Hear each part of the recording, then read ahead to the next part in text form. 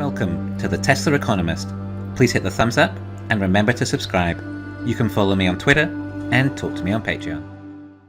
Carrying on, Elon is asked about China and potential geopolitical risks that may affect Tesla. Elon is always very diplomatic with China. It is imperative for Tesla to maintain peace with China, as Tesla's China operations currently account for a really large portion of profits. Not only that, China also have LFP cells and all the refinement processing. I believe as a result, he may give China more praise than they actually deserve at times. I mean, it's just good business.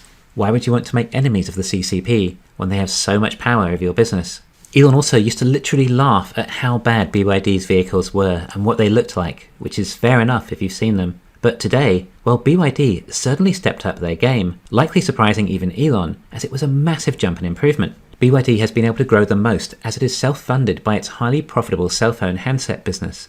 All the other Chinese EVs are cash furnaces and on trajectories to run out of cash unless something saves them. I'll do a video soon going over some of their latest financials to see if anything has changed. They all seem to have very high OPEX for some reason relative to Tesla at the same production rates. And these companies aren't going all in on investing in R&D for FSD.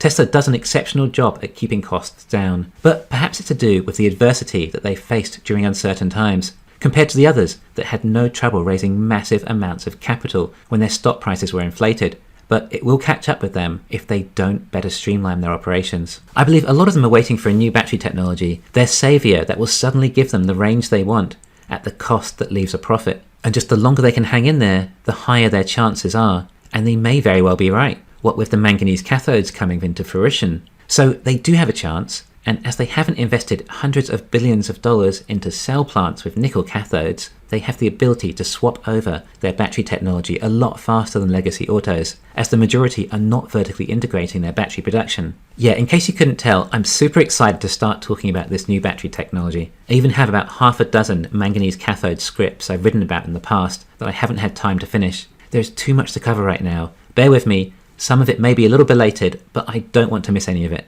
The world needs a lot of electric cars, but these businesses do need to remain solvent in order to produce them. There will be a tipping point when production costs do come down and likely electric vehicles prices rise, as consumers see more benefit in electric, and likely ICE supply will dwindle on top of that.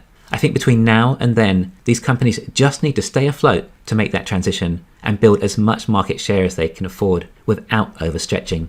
I'm talking about the Chinese EVs, not Lucid or Rivian.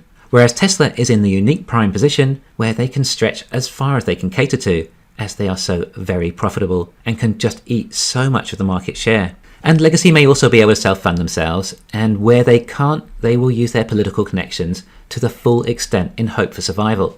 I just hope that this time when GM does go under, they stay under. Ford is showing more promise, Stellantis doesn't look like it has much of a chance, Volkswagen probably does, but Toyota is in big trouble, unless this hybrid tax credit is their way of survival. Mercedes has a chance too, due to the premium branding, and the cost of an electric motor or battery is about the same, whether it's for a Mercedes or a Ford.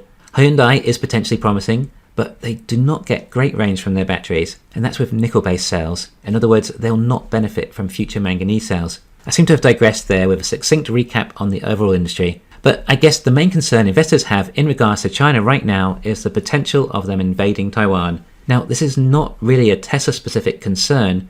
It would very much affect the entire globe and just about every business. Personally, I think it is unlikely that China would invade right now, particularly seeing what's happened to Russia. China would not be close to as self-sufficient as Russia.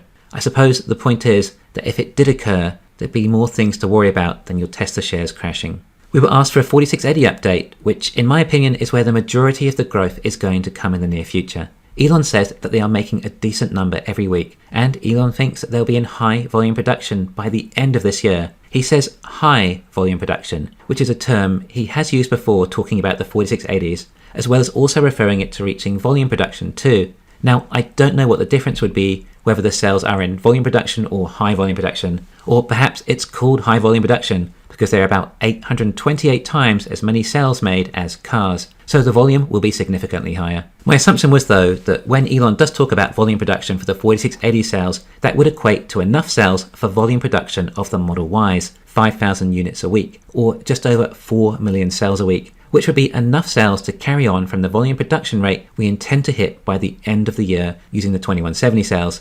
Elon reiterates again that he is confident that they can get to a high production rate by the end of this year. It's just that it's new technology. Once it's sorted, they can just ramp it. Therefore, it's an S-curve, but they are not entirely sure at what stage they are on this S-curve.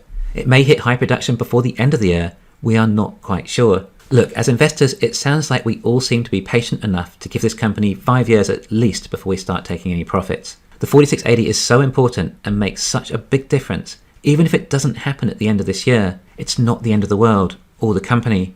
The new factory's run rates would probably drop quite significantly in the worst case scenario, and we might face something reminiscent of the infamous Q2. However, this time around, Shanghai should be firing on all 8 cylinders and carrying the company. The point I'm trying to make is even if the 4680s don't hit high volume production until sometime next year, or even if it's not until the end of next year, that's not the big deal. The big deal is that they hit it, and it was possible. Even if it's about 3 years later than they said on Battery Day, the 4680 is a literal money printing machine, and I do literally mean literally, as these batteries have an intrinsic value of saving more money than they cost to make, with just about bottomless demand, and that can be done with energy storage alone. Not that they'll even be used for that. I've bet or invested on these 4680 cells hitting some serious high volume production within 2 years' time with my leaps. I felt that that was a safe and conservative enough time frame to cover any potential downsides, because I believe in this product that much, and I want to own and be a part of this company as much as I can.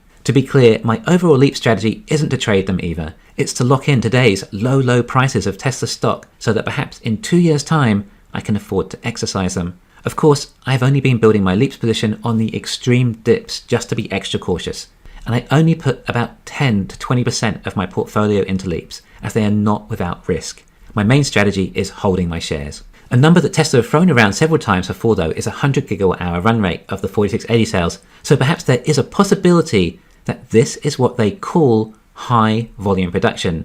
Perhaps. I know it's such a big number it sounds unlikely, but don't forget, they planned on hitting that amount of production this year when they initially introduced the 4680 on Battery Day. Then last year we were even told that we could hit a run rate of 100 gigawatt hours by the end of this year. On the other hand, do the numbers. 500,000 Model Ys with 80 kilowatt hour batteries is about 40 gigawatt hours already. Then another 500,000 Cybertrucks with 100 kilowatt hour batteries, then we're practically at 100 gigawatt hours already. That is the necessary run rate for those two lines to hit their targets. Elon goes on to reassure investors that although the 4680s are taking longer than we expected, that they still have enough output for 1.5 million cars this year. In other words, Elon is saying even without 4680 volume production, Tesla is still on track to hit 1.5 million cars for the year. That means Q3 and Q4 need to collectively produce 935,000 vehicles. This would be an average of 467,000 per quarter. Elon thinks that Tesla can average over 467,000 deliveries for the next 2 quarters. Bear in mind, in addition to that, we lost Shanghai for half of July too, due to line upgrades, implying Q4 is going to be carrying it the most. Let's say we lost 16 days in July, when it was at the previous run rate of 2,500 a day. That is instantly a 40,000 discount from Q3. That must be made up for in Q4. Well, just going by the average alone, we are already at over 500,000 for Q4. We also have Berlin estimated to go from a run rate of around 1,000 a week to 3,000 a week, but not until an upgrade in October. October is also part of Q4. On top of that, we would also expect Austin to have ramped up more too, a lot more in Q4 than Q3. In fact, we're still being told both Austin and Berlin will hit volume production by the end of the year, and this is with 2170 cells. Okay, I'm not sure if you're following the math here, but this does not match Elon's call on hitting a 2 million a year run rate by the end of the year. Oh, and like I said, this is with 2170 cells. What if Tesla also hit volume production on 4680 cells too? Judging by these numbers, Q4 could be closer to 550,000, or a run rate of 2.2 million, but we will do a lot of math later to try and estimate what it could potentially come to.